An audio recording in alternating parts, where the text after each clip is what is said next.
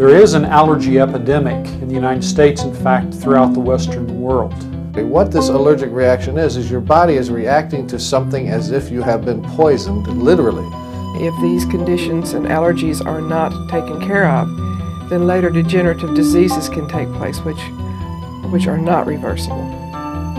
To give you some glaring examples, asthma, which I consider to be predominantly an allergic disease, is now affecting 13 million Americans.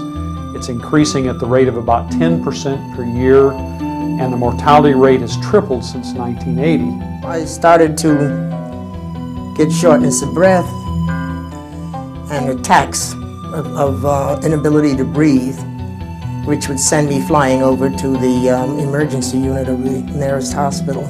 Another good example of the allergy epidemic is middle ear disease, otitis media, for example. A lot of people don't think of that as a food allergy related problem, but clearly it is.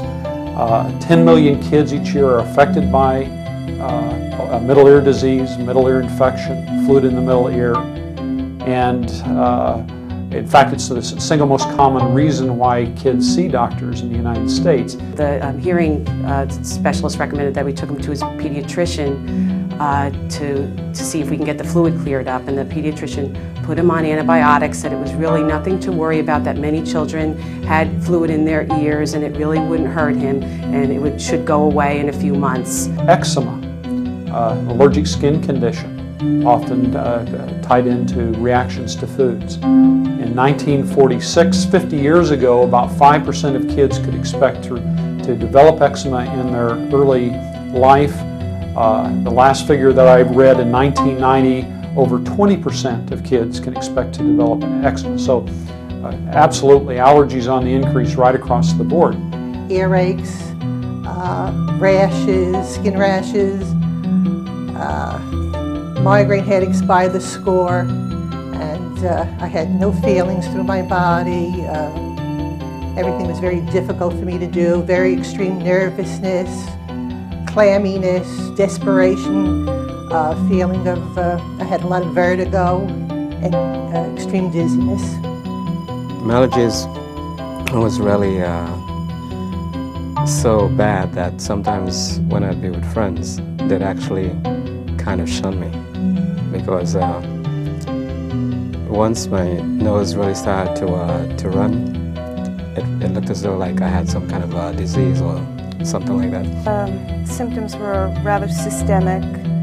They involved weakness, a weight gain, chronic ear infections, in addition to bronchitis, coughs, colds, rhinitis, you name it, I had it. Allergies are clearly the sign of a weak immune system. A person with a strong immune system is not going to have allergic reactions to the pollen in the air, dust, or chemicals in the environment as a person with a weak immune system will. We hear so much about an underactive immune system where people get lots of infections, or we hear about it with AIDS where the immune system is not strong enough to fight infection. Allergy is on the other side of that immune system balance, where you have an overactive or a hyper-reactive immune system, where the immune system is actually reacting to things that it normally wouldn't, such as a food that you eat, such as something you take in the air like mites or dust or pollen or even chemicals.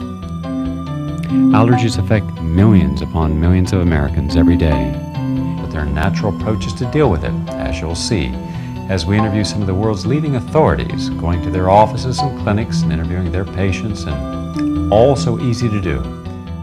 I'm Gary Null. In this in-depth investigative report on Allergies A Natural Approach, we're going to explore all the different manifestations, show you what causes them, more importantly, how to reverse the symptoms to be a lot healthier. Allergies are a hyper or excessive reaction of the body to both external components of the environment, dust, pollens, trees, weeds, animal hairs like cats and dogs, and also they can be a reaction to internal components, abnormal organisms in the intestinal tract such as yeast or parasites or viruses even, where the immune system is fighting against these organisms and causing secondary reactions. If the immune system is functioning well and is not overloaded or overwhelmed, then it basically protects us from our environment. It allows us to properly react to our environment and to handle it without symptoms or without the creation of disease. Unfortunately, for a variety of reasons, the immune system becomes undernourished, which means it doesn't function optimally to protect us from the environment. It may also cause it to misperceive the environment and start treating things that we normally consider as self and friendly as foreign and non-self, and creating all kinds of extremely violent biochemical and physiological reactions in the body, releasing chemicals that we know of such as histamine and other ones that are even more powerful than histamine with bizarre and dangerous sounding names like leukotrienes and inflammatory prostaglandins. I basically think that the immune system is just trying to clear the body, to detoxify the body of these foreign substances. Usually, in most cases, it has to do with an overloaded detoxification pathway.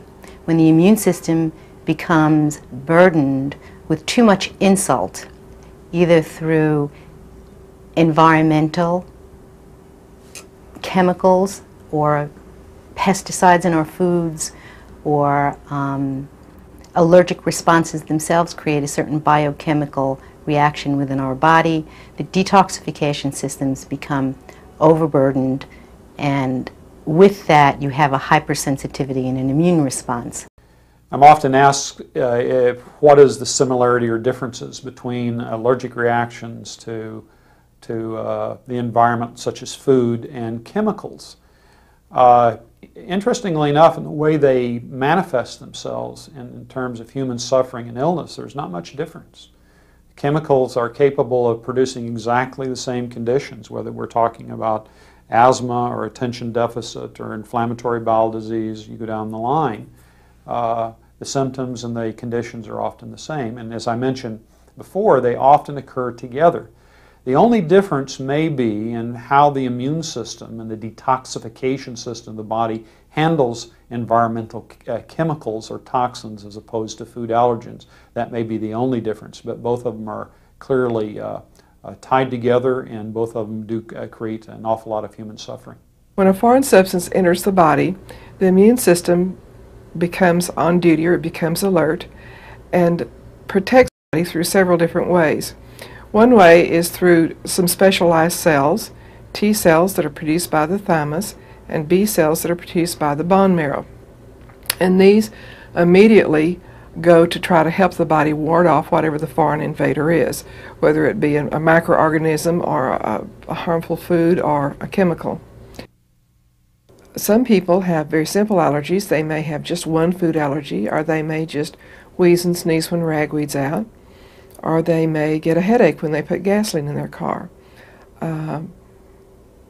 Another group of people will have a combination of allergies. They may have a few food allergies, a few chemical sensitivities, a few inhalant sensitivities.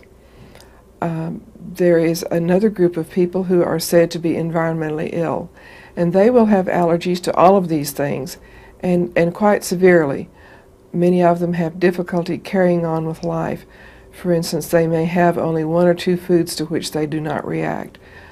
Any chemical can send them into a terrible reaction, and they will also be allergic to pollens and dandruds. These people are called universal reactors, and they are the ones who are environmentally ill. It can be a mild environmental illness, or it can be so severe that it's life-threatening for these people. Most allergic reactions people will have is tremendous sinus congestion, blowing their nose all the time. Airborne allergens would be more like sneezing, coughing, choking, wheezing, even going into an asthmatic type situation. So it depends on whether it's inside or outside, but most of it is what we would call a catarrhal condition, or what people know as mucus, where they get a lot of flowing from the watering from the eyes and the congestion in the nose, a lot of mucus running out of the nose, or coughing and spitting up.